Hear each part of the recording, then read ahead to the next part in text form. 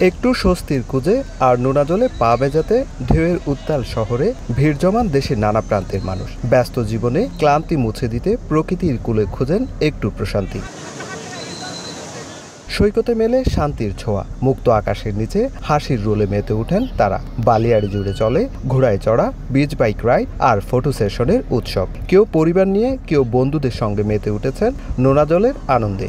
সাগর পাড়ে আসলে মনটা উদার হয়ে যায়, মন মানসিকতা টোটাল চেঞ্জ হয়ে যায়। পর্যটক দেখার জন্য এটা খুবই ভালো একটা জায়গা। ফ্যামিলিতে যে আমাদের একটা সংসার জীবন থাকে, মনে হয় যে সবকিছু ক্লান্তি মুছে গেছে, মুছে গিয়ে মনে হচ্ছে অন্যরকম একটা জগতে আছি। এসে খুব ভালো লাগতেছে, আমরা ফ্যামিলি নিয়ে সবাই আসছি, উপভোগ করতেছি অনেক। সৈকতের ফটোগ্রাফার কিংবা কিটকট ব্যবসায়ীরা নানাভাবে হয়রানি করছে অভিযোগ পর্যটকদের। তবে তাদের নিরাপত্তা নিশ্চিতে সৈকতের 3টি পয়েন্টে জোরদার করা হয়েছে লাইফগার্ড সেবা।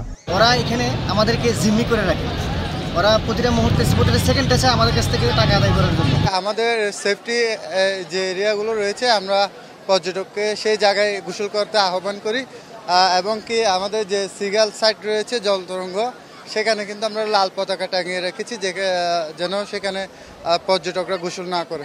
কক্সবাজারের 5 শতাধিক হোটেল মোটেল রিসোর্ট এখন প্রায় পূর্ণ। সুজাউদ্দিন রুবেল, সময় সংবাদ, কক্সবাজার।